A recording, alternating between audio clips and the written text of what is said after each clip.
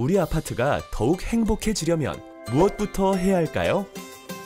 우리 단지가 더 좋은 삶의 터전이 되려면 나 혼자만의 노력이 아닌 이웃 공동체의 노력이 필요합니다. 청년 세대와 고령자 세대가 함께 사는 이 공동주택에서는 젊은 임차인 대표회의와 관리사무소가 협력하여 어버이날 행사, 떡볶이 번개, 노래자랑 등 재미있는 프로그램을 진행했습니다. 전 세대가 함께 어울릴 수 있어서 좋아요. 2년 만에 누군가와 집밥 같은 식사를 하게 되어서 행복합니다. 두 번째로 소개해드릴 이 단지는 층간소음과 담배 연기 문제로 이웃 간 크고 작은 다툼이 발생했는데요. 노인회와 주민 대표들이 중심이 되어 각종 공모전, 벼룩시장, 아파트 캠핑 등을 주최해 갈등을 완화하고 소통하는 이웃사촌 관계를 형성했습니다. 아이가 단지에서 이웃 친구와 캠핑하는 걸 너무 좋아해요. 누구나 서로 인사하고 소통하는 이웃사촌이 되었어요.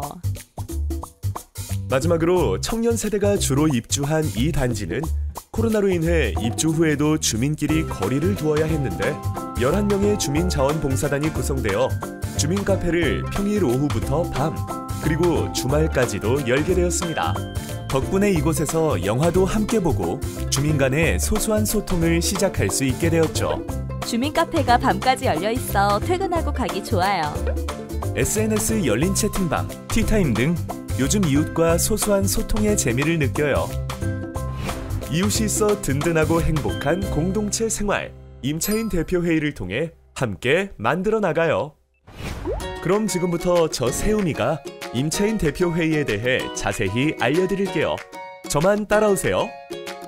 임차인 대표회의는 임차인 등의 보호와 주거 생활의 질서 유지 및 쾌적한 주거 환경을 위해 다양한 역할을 합니다. 임차인 대표회의가 구성되면 주민 간 갈등을 예방할 수 있는 합리적인 기준을 만들 수 있고 주민 공동체 활성화를 통해 이웃 관계망을 형성하며 공동체 프로그램 마련 등 입주민 활동에 필요한 사항을 추진할 수 있습니다.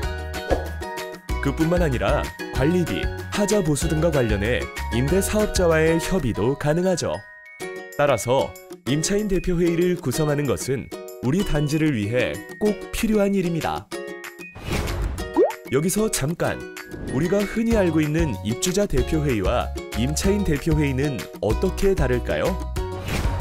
먼저 입주자 대표회의는 분양주택을 대상으로 구성되어 의결기구의 성격을 띠며 공동주택관리법을 따릅니다. 반면 임차인 대표회의는 임대주택 입주민을 대상으로 구성되는데요. 임차인 대표회의는 임대주택 관리와 관련해 임대사업자와 협의를 할 수 있기 때문에 임대사업자 협의기구의 성격을 띱니다. 또한 법령은 공공주택특별법과 민간임대주택에 관한 특별법을 따르고 있죠. 이제 비교가 확실하게 되시죠? 그럼 이제부터 임차인 대표회의 구성 방법에 대해 알아보겠습니다. 먼저 임차인 대표회의를 반드시 구성해야 하는지 궁금해하시는 분들이 많으신데요. 공공주택특별법 제50조 제1항에 따라 임차인 대표회의에 관하여는 민간임대주택에 관한 특별법 제52조를 대통령령으로 정하는 바에 따라 준용해야 합니다. 임대사업자가 150세대 이상의 민간임대주택을 공급하는 공동주택단지 중 대통령령으로 정하는 공동주택단지에 입주하는 임차인은 임차인 대표회의를 구성하여야 한다. 따라서 2019년부터 임차인 대표회의 구성이 의무화되었습니다. 그렇다면 임차인 대표회의는 누구로 구성될까요? 바로 동별 세대수에 비례하여 선출된 동별 대표자로 구성됩니다. 동별 대표자 중에서 과반수 찬성으로 회장 1명, 부회장 1명, 감사 1명을 선출합니다. 이때 동별 대표자가 될 수 있는 사람은 해당 임대주택단지에 6개월 이상 거주하고 있는 임차인이며 임차인을 대리하는 배우자, 직계 존 비속, 배우자의 직계 존 비속을 포함합니다. 다만 최초 구성 시에는 6개월 이상 거주 요건을 적용하지 않습니다. 임차인 대표회의 구성 절차는 다음과 같습니다. 먼저 선거관리위원회를 모집, 구성합니다. 이때 선거관리위원회와 관련하여 선거의 공정성을 위해 SH 임대주택표준관리규약 제30조에 따라 자치구 선관위 직원을 공공임대주택단지 선관위위원으로 위촉할 수 있습니다.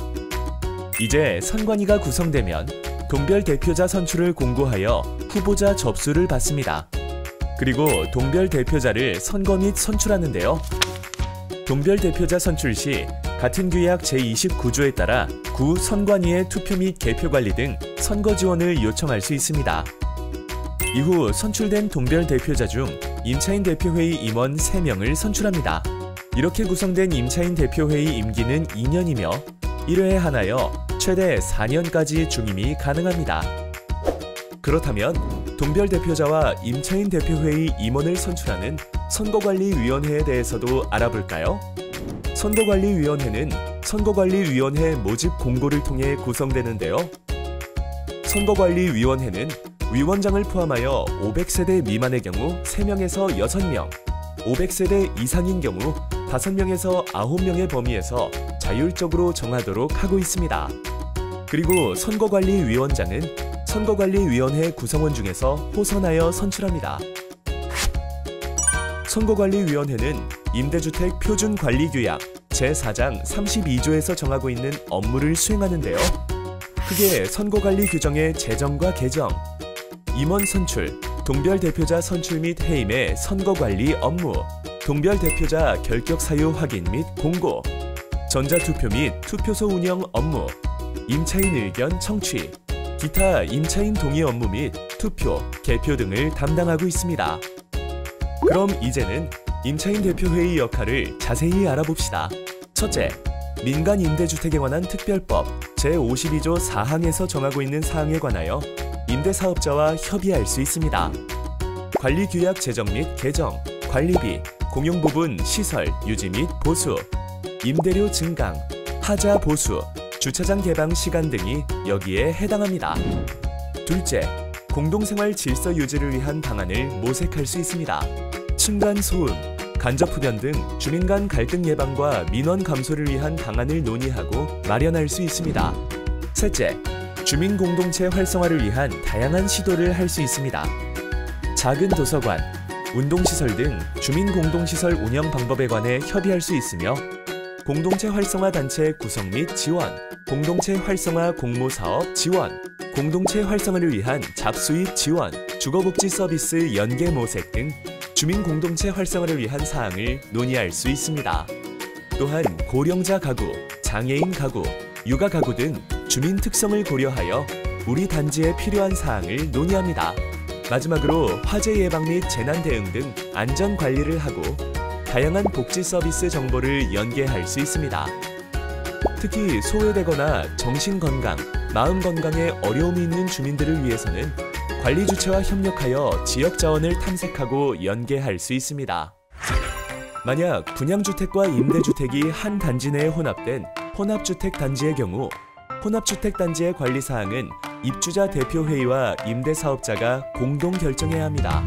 관리 방법의 결정 및 변경, 주택관리업자의 선정, 장기수선 계획의 조정, 장기수선 충당금 및 특별수선 충당금을 사용하는 주요 시설의 교체 및 보수에 관한 사항, 관리비 등을 사용하여 시행하는 각종 공사 및 용역에 관한 사항이 여기에 해당되는데요.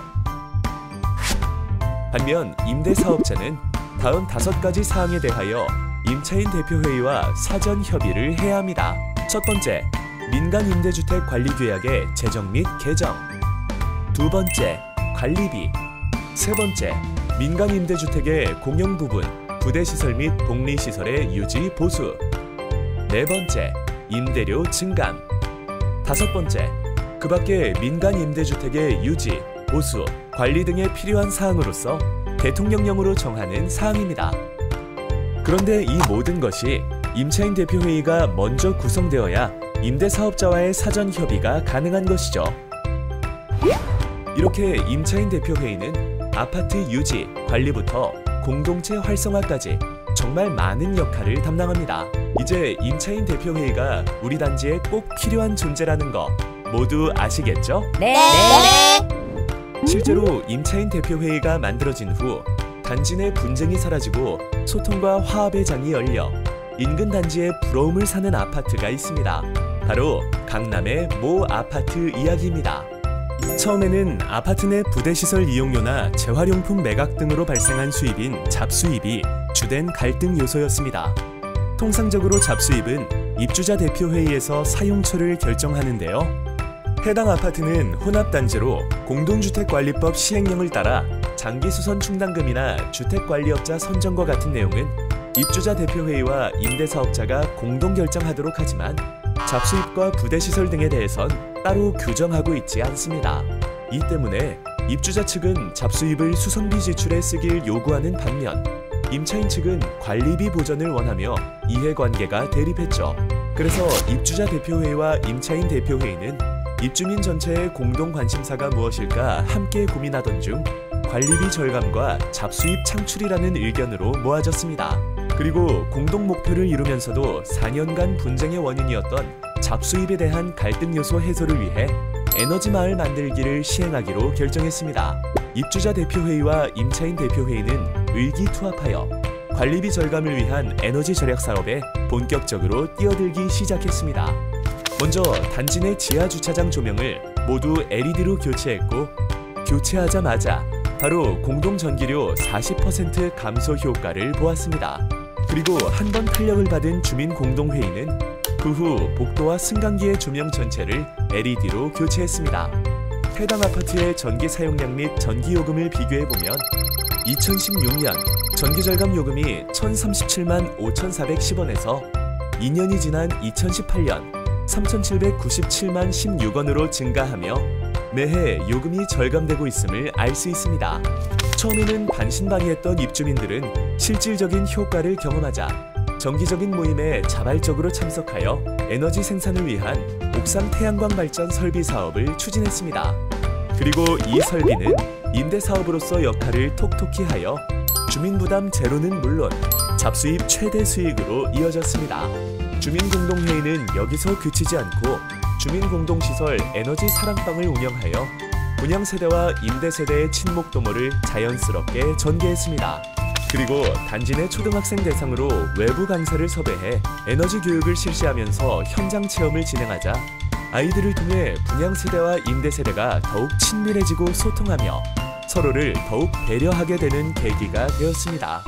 이러한 일련의 커뮤니티 활동을 통해 해당 아파트는 각종 상을 받으며 혼합단지 내 모범 사례로 아직도 TV방송과 신문, 잡지 등을 통해 자주 등장하고 있습니다.